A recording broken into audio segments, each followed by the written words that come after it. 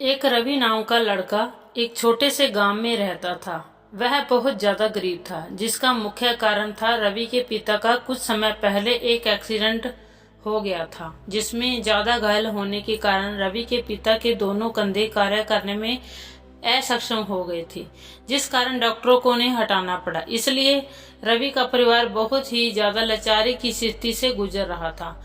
Accident से पहले रवि के परिवार के मुख्य आय स्रोत उसका खेत था, जिसमें वह खेती करते थे और फसल को बेचकर अपना गुजारा करते थे। परंतु वह खेती बहुत ज्यादा कम होती थी, जिस कारण उन्हें कभी भी किसी प्रकार का सुख नहीं मिल पाया। जब रवि के पिता का एक्सीडेंट हो गया और वो दिव्यांग हो गए, तब उन्होंने वह खेती एक व्यक्ति रामू प्रसाद को बटाई पर दे दी, ताकि वह उसमें फसल करे और आधी फसल रवि के परिवार को दे दी। क्योंकि रवि के पिता अब दिव्यांग हो चुके थे, वह फसल करने के लायक नहीं थे। वह व्यक्ति रवि के खेत में फसल करने लगा और उसमें रवि के पिता को आधा हिस्सा देना भी शुरू कर दिया। रवि एक समझदार बच्चा था। वह हमेशा अपना पूरा ध्यान सिर्फ पढ़ाई पर ही लगाता था। वह कक्षा में अक्सर सबसे ज्यादा अंक लाया करता था। परंतु रवि अपनी कक्षा में सबसे ज्यादा गरीब था, इसलिए उससे नफरत करने वाले बच्चे उससे चिढ़ाने के लिए कहा करते थे कि रवि, तूने कल रात को खाना खाया था भी या नहीं। रवि को यह बात दिल में सुई की तरह चुभती थी, क्योंकि यह बात सच थी कि रवि का परिवार गरीबी और लाचारी से गुजर रहा था। परंतु रवि को यह सोचकर बहुत दुख होता था कि आज समाज में उसकी लाचारी का मजाक उड़ा रहा है। जब रवि के पिता दिव्यांग हो गए थे, तब रवि को अक्सर बच्चे कहा करते थे कि दिव्यांग का बेटा है। यह बात रवि को कभी कभार इतनी ज्यादा बुरी लगती थी कि वह अकेले में जाकर रोने लगता था। वह अपनी कक्षा में किसी को कुछ नहीं कहता था और किसी से बात तक नहीं करता था। वह सिर्फ अपनी पढ़ाई से मतलब रखता था। उसकी शिक्षिका रवि को हमेशा शिक्षा के लिए प्रेरित किया करती थी, क्योंकि वह एक अच्छा विद्यार्थी था। एक बार रवि स्कूल से घर की तरफ जा रहा था कि कुछ बच्चे उसके पास आए, जो कि उसकी काबिलियत से जलते थे। उन्होंने उसके स्कूल बैग को छीनकर नाले में फेंक दिया। रवि तेजी से नाले की तरफ भागा और बैग को पकड़ने के लिए नाले में कूद गया, जिससे उससे काफी चोट आई। रवि जब अपने स्कूल बैग को नाले से निकालने का प्रयास कर रहा था, तब सभी बच्चे उसका मजाक उड़ा रहे थे। रवि यह बात अच्छे से समझ चुका था कि उसके अपमान की मुख्य वजह उसकी लाचारी और गरीबी है। इसलिए उसने किसी से कुछ नहीं कहा और कीचड़ से सना हुआ रोते हुए अपने घर पहुंचा। वह दिमाग में सोच रहा था कि यदि कोई गरीब है तो क्या उससे समाज इस प्रकार व्यवहार करेगा। जब रवि घर पहुंचा तो उसकी माँ ने पूछा, क्या हुआ बेटा? रवि ने कहा, मेरा पैर नाले में फिसल गया था, इसलिए मैं नाले में गिर गया था। रवि अच्छी तरह जानता था कि यदि वह अपनी माँ को कोई भी बात बताई तो उसकी माँ को सिर्फ दुख ही होगा। इसलिए वह अपनी माँ से कुछ नहीं बोला और नहाने के लिए चला गया। जब रवि नहाकर आया, तब उसने देखा कि उसके पिता और माँ आपस में बात कर रहे हैं कि उनके खेत की फसल कटे समय हो गया है, परंतु अभी तक रामू प्रसाद उनका हिस्सा देने नहीं आया।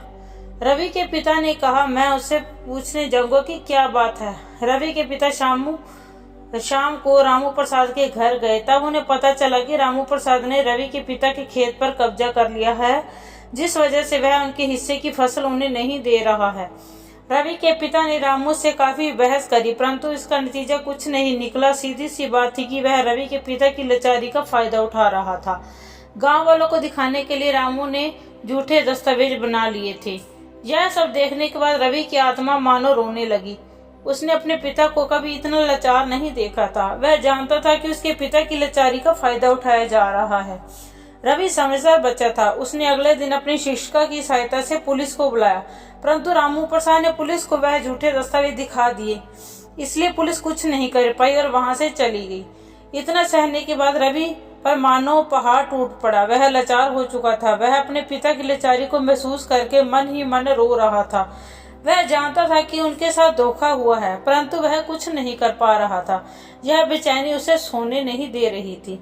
जब काफी समय बीत गया, तब रवि स्कूल गया। रवि की शिक्षिका अच्छी तरह समझती थी कि एक लाचार पिता की लाचारी का समाज ने किस प्रकार मजाक बनाया और उनके साथ धोखा किया। शिक्षिका ने रवि को समझाया कि जो हुआ उसे जाने दो। अब तुम इस बात को अच्छी तरह से समझ लो कि तुम अगर शिक्षित होकर सरकारी अफसर बने तो अपने माता पिता के अपमान का बदला ले सकते हो। रवि को यह बात समझ में आ गई कि रवि की शिक्षिका ने रवि से कहा, तुम IAS अफसर बनो, तुम्हारा यह पद तुमसे जलने वाले सभी लोग अपने आप सुधर जाएंगे और तुम्हें सम्मान भी देंगे। इस प्रकार तुम अपने माता पिता के हुए अपमान का बदला ले सकते हो। वह मजबूर हो जाएंगे तुम्हारे माता पिता का सम्मान करने और उनसे बात करने के लिए। अब रवि के परिवार के पास उनका खेत भी नहीं बचा था, इसलिए रवि की मां ने दूसरे के घरों में काम करना शुरू कर दिया ताकि वह परिवार को चला सके। वह अपने पति के अपमान का बदला लेना चाहती थी, जिसके लिए उन्होंने ठान लिया कि वह अपने बेटे की पढ़ाई नहीं छूटने देगी और उसे एक काबिल अफसर बनाएगी। रवि ने IAS अफसर बनने के लिए पूरा दिन रात पढ़ाई की और 12वीं में पूरे गांव के सभी बच्चों से सबसे ज्यादा अंक लेकर आया और वह आगे की पढ़ाई करने के लिए शहर चला गया। रवि की मां इतना ज्यादा नहीं कमा पाती थी कि वह शहर में रवि की पढ़ाई का खर्चा उठा पाए, इसलिए रवि शहर में सुबह 4 बजे उठकर न्यूज़पेपर बेचने जाया करता था, जिसके बाद वह सुबह पढ़ने भी जाया करता था। इस प्रकार वह अपनी पढ़ाई के लिए पैसे जुटा लेता था, परंतु उसके पास किराए का कमरा लेने के लिए पैसे नहीं थे। परंतु रवि एक होशियार विद्यार्थी था, जिसकी काबिलियत देखते हुए उसके एक दोस्त ने उसको एक कमरे में फ्री में रखा ताकि रवि उसकी पढ़ाई में मदद कर सके। रवि फर्श पर सोता था, उसका मित्र बेड पर सोता था। इस प्रकार रवि ने अपने जीवन के संघर्ष के दिनों को गुजारा और दिन रात पढ़ाई करता रहा। करीब 5 साल लगातार शहर में IAS अफसर की तैयारी करने के बाद एक वक्त ऐसा आया जब वह IAS अफसर बन गया और उसे उसी गांव के जिले में नौकरी के लिए भेजा गया, क्योंकि रवि चाहता था कि उसे उसी गांव में भेजा जाए। जब रवि अपने गांव में IAS अफसर बनकर आया तब सभी लोग उसे नमस्ते करने लगे। वह बच्चे जिन्होंने उसके बैग को नाले में फेंका था, उसका अपमान किया था, वह उसे सर बोल रहे थे। रवि समझ गया था कि लोग इंसान की इज्जत नहीं करते, सिर्फ कामयाबी की करते हैं। रवि ने रामू प्रसाद को बुलाया और कहा, उस जमीन के कागज दिखाओ जिसे तुमने अपना बताकर मेरे पिता का पूरे गांव में अपमान करवाया था। जब रामू प्रसाद वह कागज लेकर आया तब IAS अफसर रवि ने उन कागजों की पहचान कर ली कि वह कागज तो फर्जी हैं। रवि समझ गया कि राम प्रसाद ने पुलिस वालों को पैसे दिए थे, जिस कारण पुलिस ने रवि के पिता की सहायता नहीं करी थी। रवि ने यह जमीन का केस कोर्ट में डाला, जिसमें कोर्ट ने निष्पक्ष फैसला किया और रवि के पिता के नाम यह जमीन दोबारा हो गई। जब रवि के गांव में आने की खबर उसकी शिक्षिका को हुई तब शिक्षिका रवि के घर आई। रवि रोते हुए शिक्षिका के कदमों में गिर गया और प्रणाम करके धन्यवाद किया। शिक्षक ने जाते समय रवि से एक बात कही, शिक्षिका एकमात्र हथियार है जिससे हम जीवन को सुधार सकते हैं और अपने अपमान का बदला ले सकते हैं। दोस्तों, इस मोटिवेशनल स्टोरी से हमें यह सीख मिलती है कि शिक्षा हमारे जीवन को विकसित करती है और हमें सम्मान दिलाती है। शिक्षा के माध्यम से सामाजिक व खुद का विकास किया जा सकता है।